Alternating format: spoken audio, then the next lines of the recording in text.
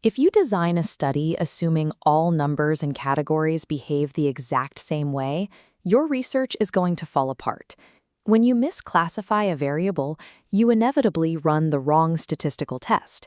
That means your final conclusion won't reflect reality, no matter how much data you gathered. This chart shows the 4 levels of measurement that govern all research methodology. It is built as a precise hierarchy. The foundation is made of the 2 qualitative scales, Nominal and Ordinal, which group distinct attributes into categories. Above them sit the quantitative scales, Interval and Ratio. Each tier up retains the properties of the level below it, while enabling more complex mathematical operations.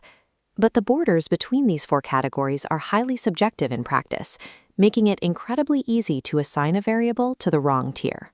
Learning exactly where those boundary lines fall is the only way to assign your data correctly and ensure you're using the right analytical tools. This matrix compares qualitative variables. On the left is nominal data, capturing attributes without numerical value or ranking direction. Asking for blood type or marital status collects nominal data. It's easy for demographic profiling, but offers the least statistical information.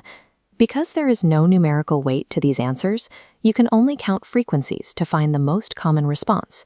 You cannot calculate the mathematical average of a blood type.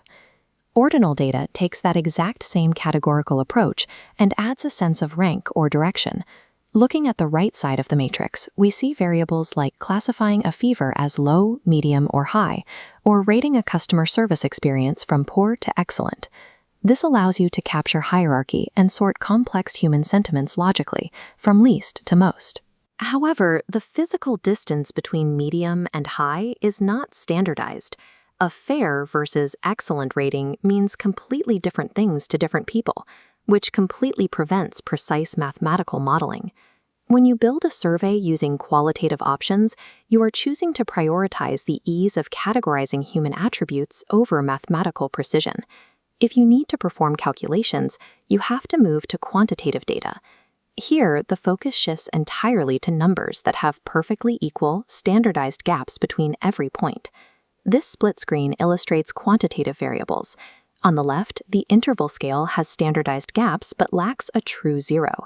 0 degrees Celsius does not mean a total absence of heat. It is just an agreed-upon point, not total emptiness. Since the degrees are fixed distances apart, interval data allows you to perform precise addition and subtraction, but you cannot use multiplication or division. Because 0 degrees is not the starting point of heat, 40 degrees Celsius is not mathematically twice as hot as 20 degrees. Ratio variables provide the most complete numerical data because they represent measurements that finally include an absolute true 0 point. Looking at the right side of our graphic, things like physical weight, a person's age, or the exact number of cars in a lot all fall into this category. The core concept of ratio data is that hitting 0 means the variable does not exist at all in that sample. That absolute anchor makes it possible to use multiplication and true absolute comparisons. A 40-kilogram weight is exactly twice as heavy as a 20-kilogram weight. The challenge with this level of mathematical detail is that capturing it requires subjects to provide rigid, exact numbers, which isn't always feasible in behavioral research. While ratio data provides the most options for analysis, researchers must balance the precision they want with the answers participants can realistically provide. This decision tree classifies any dataset. First, is the data numeric? If no, do the categories have a logical rank? Unranked is nominal. Ranked is ordinal. If yes, is there a true absolute 0? No means interval. Yes means ratio. When designing a corporate survey where high response rates are a priority, you will likely rely heavily on ordinal data, like a 1-to-5 agreement scale. This approach trades mathematical detail for higher participation and clearer categorical insights. But if you are a data analyst building a predictive model, your study needs to be engineered to capture precise ratio data wherever physically possible. The True Zero test serves as a final, non-negotiable mental checklist for any future research project you take on.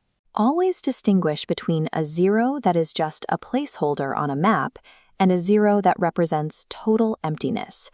The specific variable type you select dictates the mathematical limits of your final insights.